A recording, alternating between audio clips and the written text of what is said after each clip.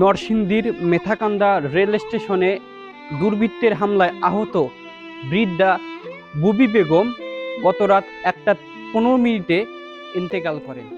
পরিবার বলতে ছিল না কেউ। নরসিংদীর মেথিকান্দা রেল স্টেশন ছিল বৃদ্ধা বুবি বেগমের ঘর, আর স্টেশনের মানুষজন ছিল তার আপনজন।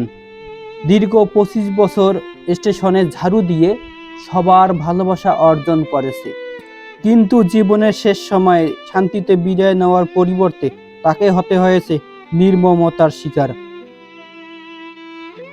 যাত্রীদের দেওয়া 2 টাকা, 5 টাকা, 10 টাকা দিয়েই তার জীবন চলত, এবং সেই টাকা থেকে তিনি 40,000 টাকারও বেশি জমা রেখেছেন।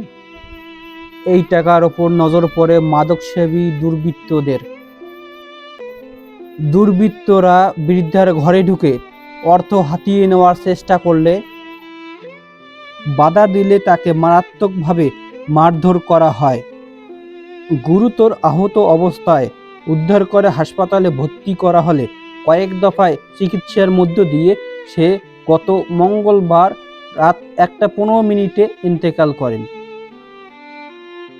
বৃদ্ধ বুবি বেগম কথা বলতে পারে না, ইশারায় বোঝাচ্ছে কোথায় কোথায় তাকে আঘাত করছে। বৃদ্ধার জীবনের শেষ পরিণতি এমন হওয়ার কথা ছিল না। বুবি বেগমের মৃত্যু শুধুমাত্র একটি প্রাণের অবসান নয়, এটি মানবতা, নিরাপত্তা ও আমাদের সামাজিক দায়বদ্ধতার ওপর এক গভীর প্রশ্ন রেখে যায়।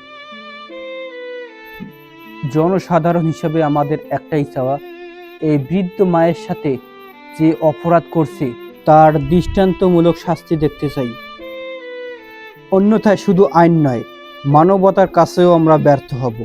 আর বুবি বেগমের মতো একজন অসহায় মায়ের কাছে চিরকাল লজ্জিত হয়ে থাকতে হবে আমাদের।